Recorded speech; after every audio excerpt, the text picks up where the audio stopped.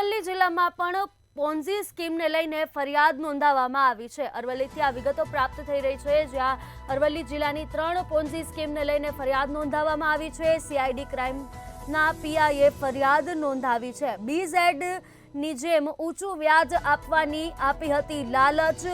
કે હર્ષિદ્દી સામે ફરિયાદ નોંધાવવામાં આવી છે। પોલીસ ફરિયાદ નોંધાવાઈ છે। 50 કરોડ ઉપરાંત સુધીની છેતરપિંડી અંગે ફરિયાદ નોંધાઈ છે।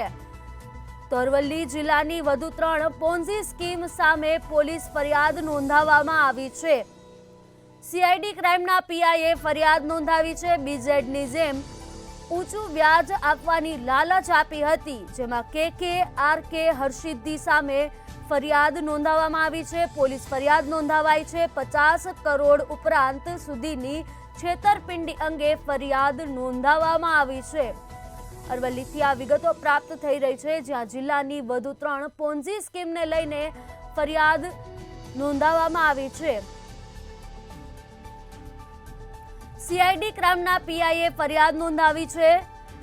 બીઝેડની જેમ ઊંચું વ્યાજ આપવાની લાલચ આપી હતી।